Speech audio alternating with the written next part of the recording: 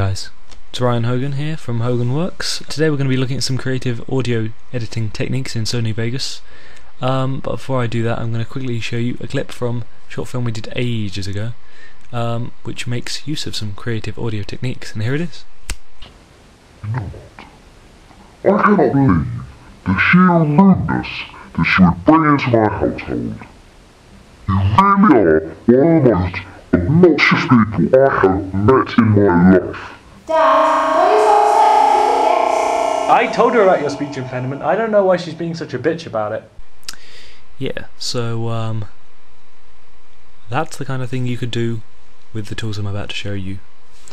So yeah, sorry about the lack of content of late, but me and Jack are separated by several counties right now, him being quite busy with sixth form work, I believe, and just starting my uni term, so might be thin on content for a while, but we'll do our best.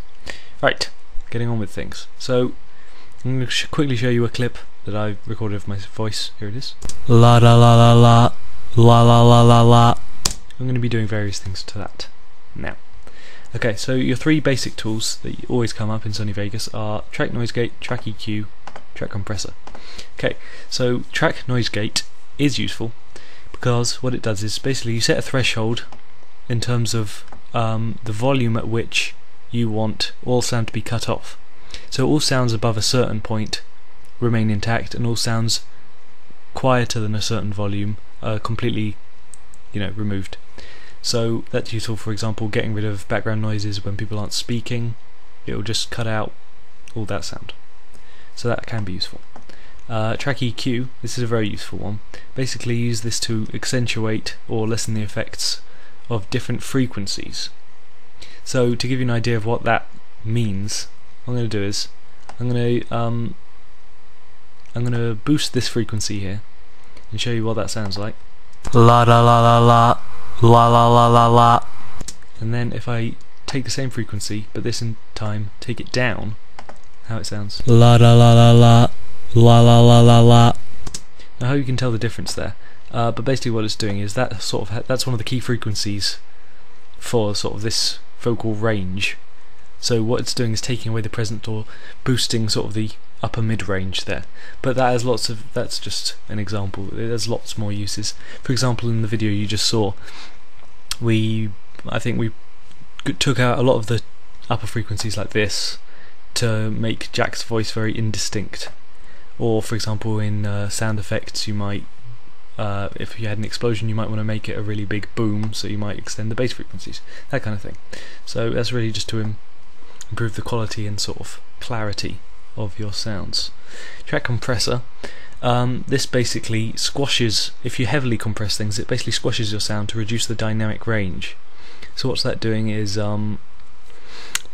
so you have some loud things in a track and some quiet things in a track. What it'll do is even out the volume so everything is quite a similar volume. Now that's not ideal for some things because you don't want your background noise to be too prominent. So yeah, that's not often very useful, but it's there if you need it. For example, if you're recording drums, it's used a lot, and that kind of stuff.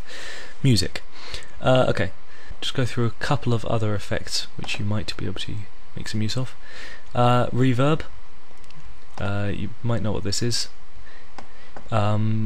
Basically, it'll add some ambience or sort of echoiness to your track. So, for example, we've added quite a bit there, so let's listen to that. La la la la la la la la la la. Yeah, so hopefully you can hear what it's doing there. It's adding, room noise essentially. So for example, if you had your characters in a cave, that might add to the atmosphere, adding a bit of an echo, that kind of thing.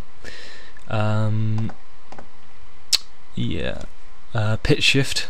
This isn't. I beg you not to overuse this one. It's very gimmicky. Let's face it. Actually, we used this in the video you just saw to make Jack's voice deep. But you can do all this stuff. Hours of fun, I assure you. But yeah, don't overuse it. In that case, it either speeds it up like that, or if you click preserve duration, what you can do is make it change the pitch without changing how long it lasts. So la la la la la la la la la la.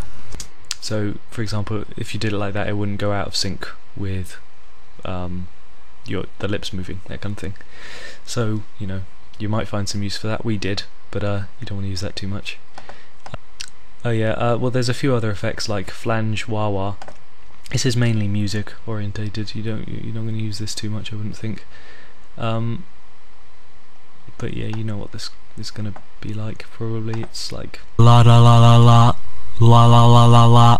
So yeah, sort of that phasery sci-fi effect. I don't know, you might use this if actually this might have been what we used on Cameron's voice in this one, but yeah, limited range of uses. But these are sort of the basic tools which you might use.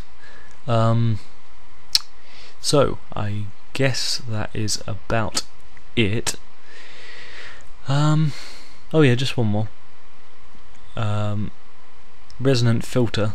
This does a similar thing to your EQ, but it's sort of got a lot of presets on here which might be useful. For example, that one makes things sound like a radio. La la la la la la la la la la. Apparently. So yeah, that's another example.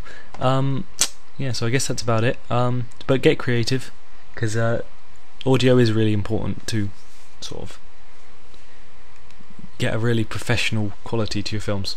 So yeah, if you have any questions, just stick them in the comments below. Tell your friends, subscribe, all that jazz. Twitter, Facebook. Jackson's better at this stuff than me. I miss him. Send him my love. Okay, cheers, bye.